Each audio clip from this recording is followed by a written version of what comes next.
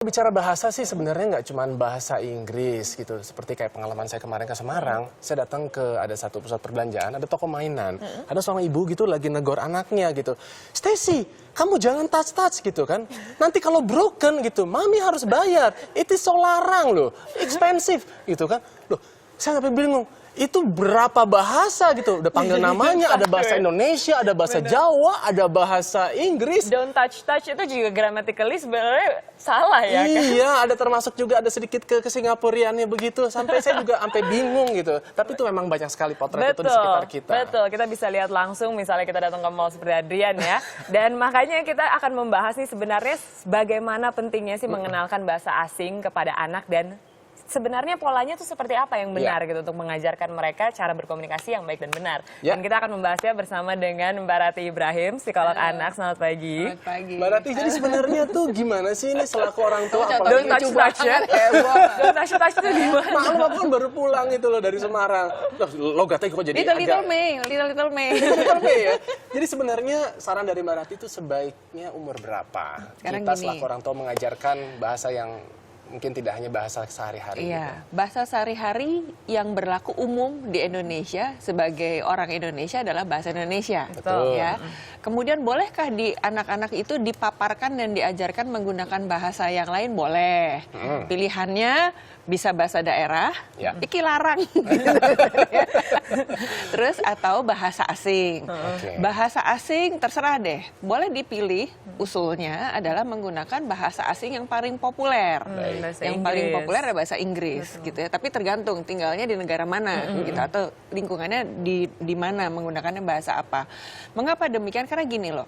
Faktanya anak-anak kita sekarang, anak-anak Indonesia sekarang adalah anak-anak yang anak-anak milenium yang mereka perlu disiapkan untuk menjadi bagian dari masyarakat dunia. Betul. Ya kan kita sendiri udah menjadi bagian dari masyarakat global. Sehingga maksudnya apa? Supaya anak-anak ini siap ketika dia nanti harus berinteraksi dengan teman-temannya di seluruh dunia. Dan pada dasarnya kan semua orang butuh untuk bisa berinteraksi nih. Betul. Untuk bisa berinteraksi, untuk bisa nyambung menggunakan bahasa untuk berkomunikasi.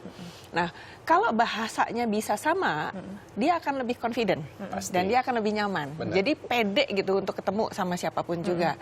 Nah, terus pertanyaan, jadi umur berapa nih perlu dipaparkan? Ya sejak umur sekecil mungkin. Sekecil mungkin bahkan pada saat masih bayi aja ya, kita sebetulnya bisa ngajarin anak-anak untuk menggunakan bahasa tambahan yang tadi disebutkan ya, misalnya bahasa Indonesia dengan bahasa Inggris gitu ya, bisa. Terus bagaimana ya caranya supaya bisa efektif? Maka konsistensi dibutuhkan. Konsistensi, misalnya tadi kan contohnya ya, sama si mama pakai bahasa Inggris, sama si papa pakai bahasa Manado. Jadi anak itu akan berbicara bahasa Inggris dan Manado. Membedakan begitu ya. Nah, kalau masalah diferensiasi gitu ya, diferensiasi bahasa gitu ya Mbak. Karena ada juga satu kasus yang memang anak ini sulit untuk membedakan apakah ini bolpen atau ini pen gitu. Jadi dia nggak tahu ini bahasa Inggris atau bahasa Indonesia sehingga mengakibatkan speech delay. Nah kalau misalnya ada beberapa kasus yang seperti itu melihatnya harus sekarang diapakan? kita ngomongin tentang speech delay dulu. Speech delay adalah keterlambatan bicara yang dialami oleh anak. Ya, kebanyakan memang lantaran bahasa yang dipaparkan ke anaknya terlalu banyak. Melebihi kapasitas anak. Jadi anak bingung ya, memilih-milih. Biasanya kan anak bicara kan mulai ngomong kan umur 1 tahun nih ya. 1 tahun 2 bulan ngomongnya alat bicara kan udah lebih matang ya. Jadi ngomongnya juga akan lebih lancar. Speech delay adalah ketika sampai umur di atas 1,5 tahun kok anaknya belum ngomong ya. Kita bilang speech delay. Padahal bisa saja yang terjadi adalah dia lagi processing nih.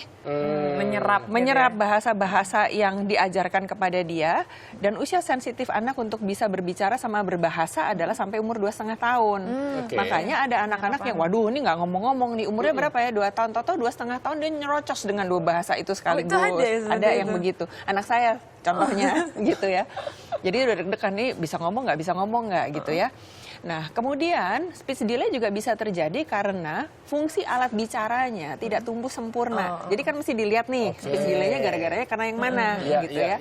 Nah, kalau bahasa yang dipaparkan kepada anak terlalu banyak, atau tidak konsisten, maka anak jadi bingung. Ini yang benar yang mana? Jadi seperti tadi bolpen atau pen, bolpen atau pen. Emang dia bingung, apalagi masih kecil-kecil. Kalau dia udah nanti makin besar dia akan bisa membedakan.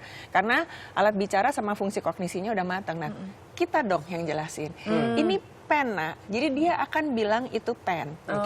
Gitu. Nah, tapi sekarang gini ya Mbak Ratih, kita namanya orang tua pasti juga memiliki rasa kekhawatiran pada saat anak kita itu mengalami keterlambatan bicara. Betul. Nah, saran dari Mbak Ratih, apa yang bisa kita lakukan tuh untuk meredam rasa khawatir itu? Gini, kekhawatiran tentu penting ya. Jadi yang harus kembali kepada orang tua ada gini, tujuannya memaparkan dengan bahasa lebih dari satu tuh apa?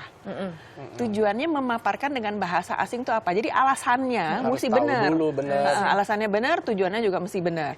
Kemudian dipilihlah satu bahasa yang paling kuat untuk digunakan. Boleh kok, mau pakai bahasa Indonesia juga boleh, mau pakai bahasa Inggris juga boleh, itu bahasa yang kuat. Yang satunya adalah bahasa pengantar, ya, melengkapi. Ya. Kemudian melakukannya betul-betul harus konsisten. Dan tentu penggunaannya maupun pengucapannya, pemaknaannya juga mesti benar. Jadi not is little larang loh ya. Gitu. Itu udah sangat salah di semua aspek. Gitu. Jadi benar. Nah, jadi orang tuanya juga mesti benar-benar bisa gitu. Sehingga karena anak kan belajar ya, sehingga anak tahu bahwa dan belajar dan kemudian mengadopsi itu bahwa kalau bahasa Inggrisnya gramatikal benar, pronunciation-nya benar gitu. Ya, it's not that the little tadi. Kemudian kalau dia pakai bahasa Indonesia juga benar. Iya, tapi kalau misalnya kita melihat gitu, apalagi kalau kita datang ke mall itu udah banyak banget gitu. Anak kecil yang biasanya berkomunikasi memang udah tidak bisa lagi memakai bahasa Indonesia. Nah, kalau ada yang bilang kalau ini nasionalisme orang tuanya gimana sih? Jangan khawatir. Karena begini, nasionalisme adalah sebuah nilai yang dibawa sama orang tua dan diberikan kepada anaknya dan ditanamkan kepada anaknya. Jadi meskipun dia tinggal tidak di Indonesia sekalipun ya, atau dia dalam kesehariannya menggunakan bahasa bukan bahasa Indonesia, kalau bapak ibunya sungguh punya semangat nasionalisme gitu, dimanapun anaknya akan menjadi Indonesia tulen. Bahasanya aja pakai bahasa asing gitu. Tapi sekarang gini Mbak, kembali lagi ya mengenai jadi jangan takut ya mengenai cara pengajaran bahasa selain bahasa utama kepada anak. Tapi apakah memang ada nggak risetnya membuktikan anak yang dari sejak dini sudah diberikan bahasa selain bahasa utama itu mengalami ada tingkat kesuksesan yang lebih dibandingkan mereka yang mungkin tidak pernah diberikan ada bahasa-bahasa tambahan? Kalau makin dini ketika daya serap ya untuk belajar di anak masih sangat lentur ya. Terus kemudian kita berikan bahasa yang banyak. Mbak jangan bilang gitu dong kalau mengenai lentur, mentang-mentang saya udah kaku badannya. Kan kaku, bukan kelenturan berpikir. Oh, gitu kan. Lentur kan masih tumbuh nih, nanti bayi kamu tuh bisa kamu ajarin ya. Nah, tetap kita harus realistis untuk tidak memberikan terlalu banyak. Ini kita sebut sebagai stimulus kan ya. Jadi stimulasi. Kalau stimulasinya terlalu banyak, anaknya kebelebekan dong gitu ya. Jadi tetap harus ada yang utama adalah yang ini, yang berikutnya ngikutin gitu ya. Makin dini semakin dia akan diserap dengan sangat baik oleh anak. Jadi itu akan nyantel tuh di dalam dasar-dasar memorinya dia ya. Dan seperti ini kan, seperti busa yang menyerap banyak ya. Oke.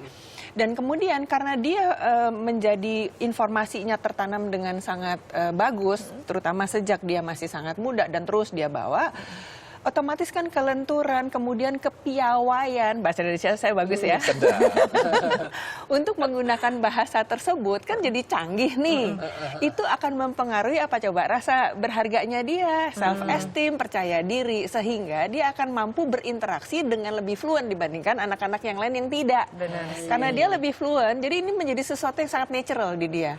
Akibatnya mau dibawa kemanapun juga udah confident, nyambung lagi. Tentu saja jadinya Adrian, tingkat suksesnya dia untuk bisa berkomunikasi, mengekspresikan diri dan ide-idenya menjadi lebih lancar. Kemampuan interpersonal skill-nya lebih baik juga akan tumbuh karena rasa percaya diri tadi. Iya sih, tapi ada juga kalau misalnya kita lihat nih ya, fenomena lagi di sekeliling kita, banyak yang berbahasa campur tuh. Gimana Mbak Ratih? Kalau misalnya, ya saya mau menjelaskan sesuatu tapi dengan ada bahasa Inggrisnya juga, ada bahasa Indonesianya juga. Ini adalah konsekuensi ya dari ketika kita berhubungan dengan bangsa-bangsa yang sangat banyak dan konsekuensi juga di pola interaksi kita. Boleh apa enggak? ya apa boleh buat ya. Kalau saya melihatnya begini, ketika anak masih kecil-kecil kan dia akan memetik bahasa-bahasa yang dipaparkan ke dia. Jadi waktu kecil ya anak saya gini, mama, look, itu ada car, red gitu ya. Ada car, red kan bahasa Indonesia campur bahasa Inggris. Enggak saya kritik karena dia lagi memilah-milah. Begitu dia makin besar, kemudian dia memilih bahasa paling kuatnya, the strongest language-nya adalah bahasa Inggris. Lantaran lingkungannya pakai bahasa Inggris, itu akan menjadi bahasa utama dia. Kemudian di rumah kalau ketemu mama, ngomong pakai bahasa Inggris, mama agak-agak tulalit gitu. Jadi dia menggunakan bahasa Indonesia yang penting bisa nyambung gitu ya. Sama papahnya ngomong pakai bahasa Inggris misalnya, sama guru sama teman-temannya pakai bahasa Inggris. Itu biasa ya. Lama-lama dia tapi tetap harus dikondisikan ya untuk menggunakan bahasa secara proper. Jadi bahasa Inggrisnya bahasa proper, Indonesia juga bahasa yang proper. Kita kok yang ngajarin campur-campur biasa. Yang kemudian menjadi lucu dan aneh adalah ketika kita memaparkan anak dengan bahasa asing untuk gaya-gayaan. Yang kita sendiri juga kagak ngerti. Jadi bahasa Inggris juga bahasa Inggris yang gado-gado gitu ya seperti tadi. Karena salah, anak kita jadi ngaco. Benar, berarti poin pentingnya memang berarti kalau misalnya kita mau mengajarkan bahasa asing kepada anak, kitanya sendiri sudah harus bisa fluent juga ya. Betul. Nice. Pengen Kalau nggak di rumah nggak nyambung lagi. Benar. Kayak tadi jangan diulang lagi ya seperti contoh saya di awal tadi. Pokoknya kalau kita kepengen anak yang cerdas, orang tuanya juga harus cerdas dulu. Betul. Nggak boleh egois jadi orang tua. Betul, dan jadi orang tua nggak boleh berhenti belajar ya nggak sih? Harus belajar setiap hari kemana saja karena banyak sekali hal-hal yang bisa kita pelajari di sekitar kita. Betul, terima kasih banyak. Terima kasih atas informasinya.